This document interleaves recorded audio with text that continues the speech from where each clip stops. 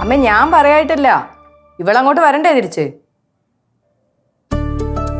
എന്തായാലും അടുത്ത ആഴ്ച ഇവളുടെ കൂട്ടുകാരുടെ കല്യാണം ഇല്ലേ, അതും കഴിഞ്ഞ് ഞാൻ ഇവളെ അങ്ങോട്ട് പറഞ്ഞു വിടുന്നുണ്ട്.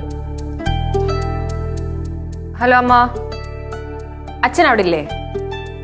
ആ എന്നാ ശരി, വെച്ചോ. ഇതുവടി കാണിക്കുന്നത്. ഓ, എന്നെ പറഞ്ഞിടാൻ എന്തൊരു ഉത്സാഹ. അതെ, ചേച്ചിക്ക് എന്തെങ്കിലും ആവശ്യം വന്നാൽ ഞാൻ മാത്രമേ ഇവിടെ കാണൂ. എന്തായാലും ചേച്ചിയോട് ഒറ്റയ്ക്കാക്കിയിട്ട് ഞാൻ എവിടെയും പോകില്ല. അതൊക്കെ നിന്റെ തോന്നലാ. എനിക്ക് എന്തെങ്കിലും ബുദ്ധിമുട്ട് വന്നാലേ അങ്ങേരെ ഇറങ്ങി മുന്നിൽ നിൽക്കും. എന്നാലല്ലേ എന്റെ സിമ്പതി പിടിച്ചു പറ്റി മനസ്സ് മാറ്റാൻ പറ്റുള്ളൂ.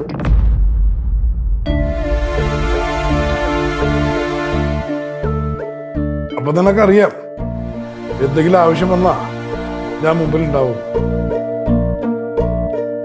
നീ വിചാരിക്കുന്ന പോലെ നിന്റെ സിമ്പതി പിടിച്ചു പറ്റാൻ വേണ്ടിയിട്ടല്ല, നിനക്ക് എന്നെ മനസ്സിലാക്കാൻ വേണ്ടിയാ. ഇനി നിങ്ങളെ എന്തോന്ന് മനസ്സിലാക്കിയിടത്തോളം മതി. നിങ്ങൾ എന്ത് ചെയ്യും എന്ത് ചെയ്യില്ല ഇതൊക്കെ എനിക്ക് നന്നായിട്ട് അറിയാം. ഇനി അതിൽ കൂടുതലായിട്ടൊന്നും ചെയ്യണമെന്നില്ല എന്നും പറഞ്ഞ് എന്റെ മനസ്സ് മാറ്റാൻ വേണ്ടി ഓരോന്ന് ചെയ്ത് എന്റെ പുറകെ നടക്കുകയും വേണ്ട. അവണി, നീ ഞാൻ പറയുന്നത് മനസ്സിലാക്ക്. നീ വന്നേടി.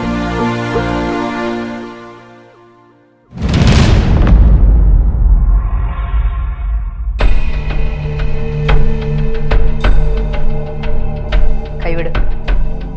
അവണി, ഞാൻ പറഞ്ഞ കേട്ടിട്ട് നീ പോയാ മതി. കൈവിടാൻ. എനിക്ക് നിന്നോട് സംസാരിക്കണം. കൈവിടോ. പല പ്രാവശ്യം ഞാൻ പറഞ്ഞു ഇതും പറഞ്ഞ് എന്റെ പുറകെ നടക്കരുതെന്ന്. ഇനി ഞാൻ എങ്ങനെയാ പ്രതികരിക്കാന്ന് എനിക്ക് തന്നെ പറയാൻ പറ്റില്ല. ഞാൻ പറഞ്ഞില്ലാന്ന് വേണ്ട.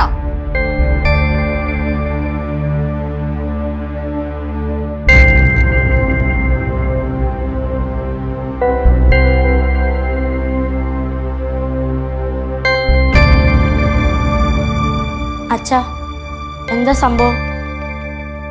എനിക്ക് അവളോടൊരു കാര്യം പറയാനുണ്ടായിരുന്നു. എന്ത് കാര്യം? തെറ്റല്ല ഏറ്റു പറയാൻ ഞാൻ റെഡിയാണെന്ന്. അതിനാണോ അമ്മയുടെ കൈ കയറി വെച്ച്? അതിനെന്താ, അവളെന്റെ ഭാര്യയല്ലേ? എന്നിട്ടിപ്പോ ഭാര്യയുടെ വായിരിക്കുന്നതൊക്കെ വൈറസ് കിട്ടിയില്ലേ? പക്ഷെ അവളെന്തെന്നെ മനസ്സിലാക്കാത്തത്?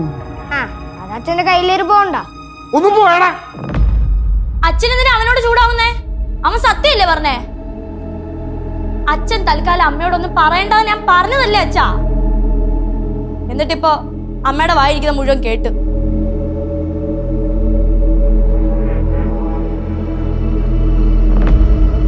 അച്ഛാ, നല്ലൊരു സാഹചര്യം വരട്ടെ, അതുവരെ അച്ഛൻ വെയിറ്റ് ചെയ്യും. ഇയാൾക്ക് എത്ര പറഞ്ഞാലും മനസ്സിലാവില്ല. 24 മണിക്കൂർ എന്റെ പുറകെ നടന്നോളൂ. ചേച്ചി ഇവിടെ നിൽക്കുന്നുണ്ടല്ലോ ഇങ്ങനെ പ്രശ്നം ഉണ്ടാവുന്നേ.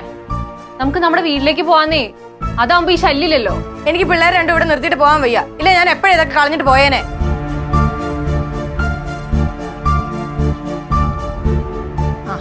നിങ്ങൾ വന്നത് നന്നായി. ഞാൻ ഒരു കാര്യം ചോദിക്കട്ടെ രണ്ടുപേരോടും.